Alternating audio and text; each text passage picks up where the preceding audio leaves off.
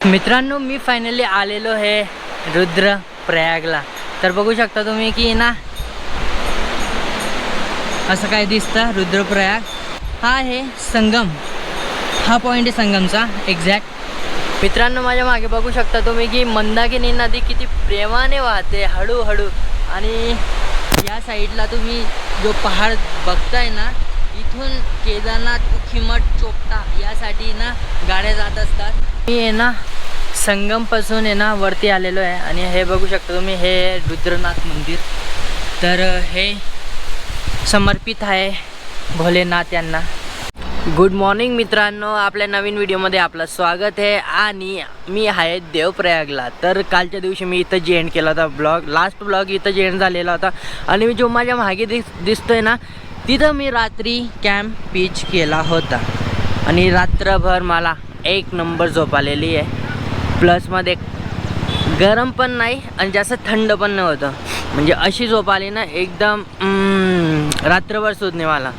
आणि बघू शकता तुम्ही की आजचं वातावरण काही असं दिसतंय. आणि सकाळी तर म्हणजे 5:30-6 वाजेला इथं पूर्ण क्लाउडी झालेलं होतं, पूर्ण क्लाउड झालं होतं. आणि बघू शकता तुम्ही की असं काही वरती बघा घर आहे, वरती पण बांधलं आहे. तर जे देवप्रयागला जे लोक राहतात, लोकल पीपल्स, ते ना खूप जास्त वरती ना चालत जावं लागतं त्यांना. आणि त्यांना सवय पण असते त्या गोष्टीची. असो मी आज जात आहे रुद्रप्रयाग.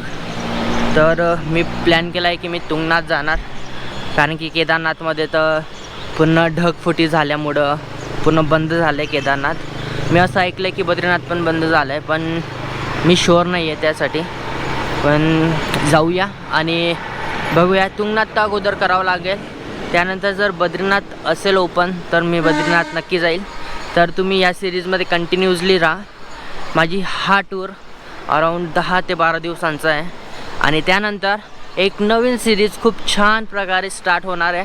तर तुम्ही ना चॅनलला लाईक आणि सबस्क्राईब नक्की करून द्या, विसरू नका. चला जाऊया आता, फ्रेश होऊया. त्यानंतर लिफ्ट घेऊन मला रुद्रप्रयाग जावं लागेल. मित्रांनो, मी आता खालच्या भागाला आलो आहे. बघा, इथून माझ्या मागे जो रस्ता दिसतोय ना, तिथून खाली चालत आलो आहे मी. आणि इथून आता लिफ्ट घेणार आहे रुद्रप्रयागपर्यंत. तर मला बघते की श्रीनगरपर्यंत भेटते लिफ्ट की रुद्रप्रयागपर्यंत. तर जिथं पण भेटेल मला घ्यावेच लागेल. आता वाजले 9 आणि मी उठलो होतो 7 वाजेला, ब्रेकफास्ट केला. त्यानंतर आता आंघोळ करून आलो खाली जाऊन. आणि आता जातो आहे मी रुद्रप्रयाग. तर ट्राय करतो लिफ्टसाठी. मित्रांनो, आता मला लिफ्ट भेटली आहे आणि काकांनी मला मदत केली, तर काकांना धन्यवाद पहिली गोष्ट. आणि काकांना मराठी खूप चांगल्यापैकी येते. आणि मला विचारलं कुठून आहे, तर मी सांगितलं महाराष्ट्रामधून आहे. तर विचारलं कुठून, तर मी सांगितलं जळगाववरून. तर काकांना पण खूप आनंद झाला. आणि काकांनी मला इतक्या उन्हात लिफ्ट दिली, त्याबद्दल काकांचे खूप खूप जास्त धन्यवाद. तर मित्रांनो, आता अराऊंड मला इथून 100 किलोमीटर्स लांब जायचं आहे. आता काकां ते अर्ध्या रस्त्यापर्यंत मला ड्रॉप करते, त्यांना तिथपर्यंतच जायचं आहे. त्यानंतर मग मला पुढं परत लिफ्ट घ्यावी लागेल. मित्रांनो, त्या त्यांनी मला इथं सोडून दिलं आहे. इथून श्रीनगर आहे 6 किलोमीटर आणि रुद्रप्रयाग आहे अराऊंड 38 किलोमीटर्स. तर खूप छान होते काका. आणि मराठी येत होती काकांना. आणि मराठी लोकांचे खूप जास्त कौतुक केलं त्यांनी, कारण ते 8 वर्षापासून आहे ना मुंबईला राहत होते. तर मुंबईला राहण्यामुळे त्यांना अनुभव आला आहे मराठी लोकांचा. आणि खूप जास्त त्यांनी गोडाई केली मराठी लोकांची. तर मला पण खूप आनंद झाला आणि प्राऊड तर होतोच मराठी असल्याचा. चला जाऊया. आता मला लिफ्ट भेटते की नाही ते पण मला बघायचं आहे. मी खूप ट्राय करतो आहे. काय नाही, आता जस्ट त्यांनी मला ड्रॉप केलं आहे. तर ठीक आहे, बघूया. जर लिफ्ट भेटली तर मी तुम्हाला तसं सांगेल. आणि आपल्याला जायचं आहे रुद्र. मित्रांनो, मी फायनली आलेलो आहे रुद्रप्रयागला. तर बघू शकता तुम्ही की ना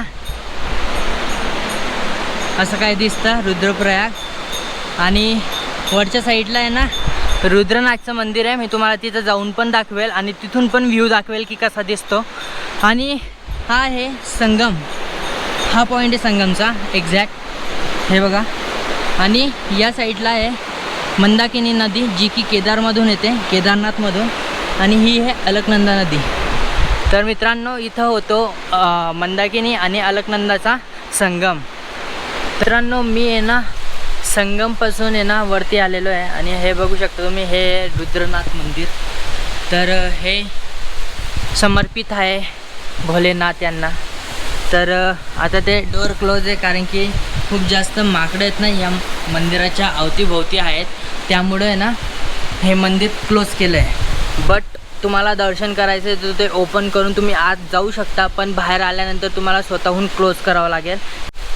इथेच श्री नारद मुनी यांनी ना तपश्चर्या केली होती, कारण की ब्रह्माजी यांनी सांगितलं होतं की तुम्ही रुद्रप्रयाग या ठिकाणी जाऊन श्री रुद्रनाथ महादेव यांची तपश्चर्या करा. त्यानंतर प्रसन्न होऊन रुद्रनाथ महादेव यांनी त्यांना महती नावाची वीणा दिली होती.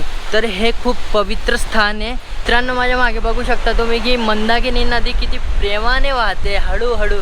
आणि या साईडला तुम्ही जो पहाड बघताय ना, इथून केदारनाथ, उखीमठ, चोपटा यासाठी ना गाड्या जात असतात. त्या साईडला पण रस्ता होता पण तो सध्या बंद आहे, त्यामुळं पूर्ण फिरून जावं लागतं. या साईडने पूर्ण फिरून यावं लागतं आणि इथून मग तुम्ही केदारनाथ आणि आपलं उखीमठसाठी जाऊ शकता.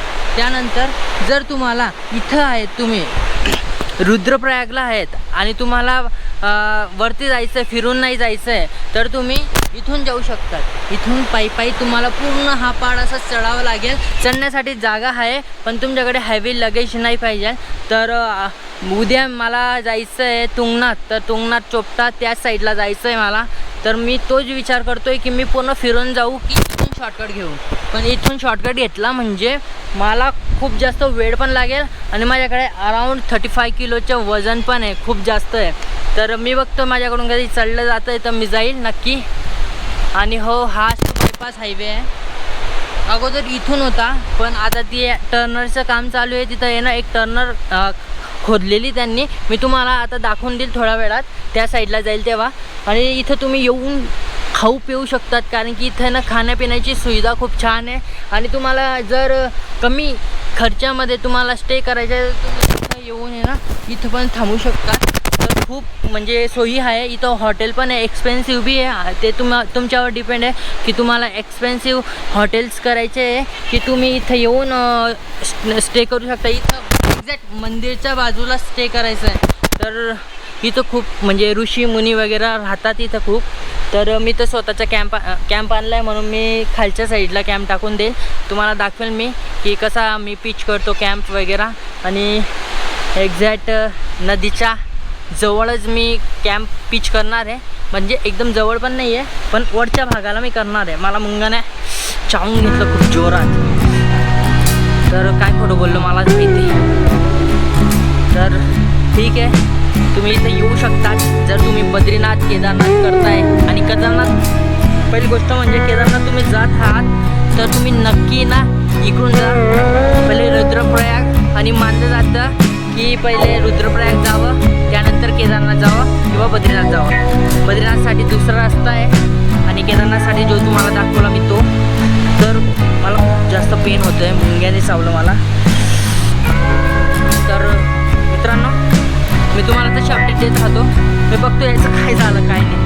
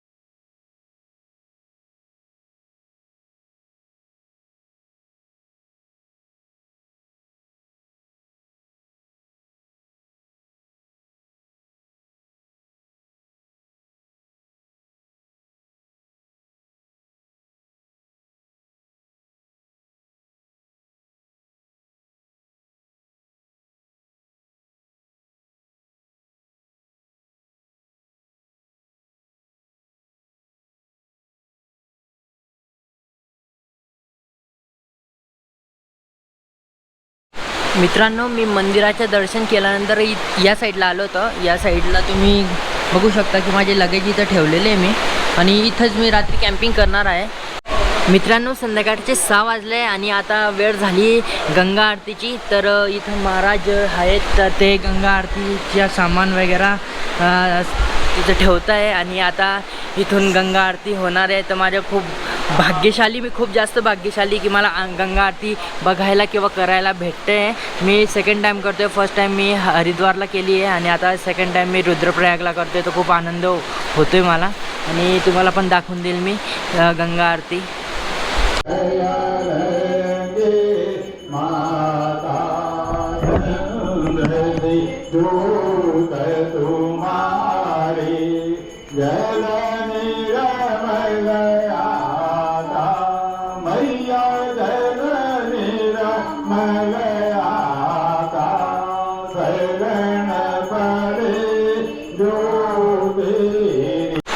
आता वाजले रात्रीचे 9 आणि पूर्ण साईडला अंधार झालेला आहे, बघू शकता तुम्ही. आणि मी माझ्या कॅम्प इथं टाकलेला आहे. Make him spicy, Papa.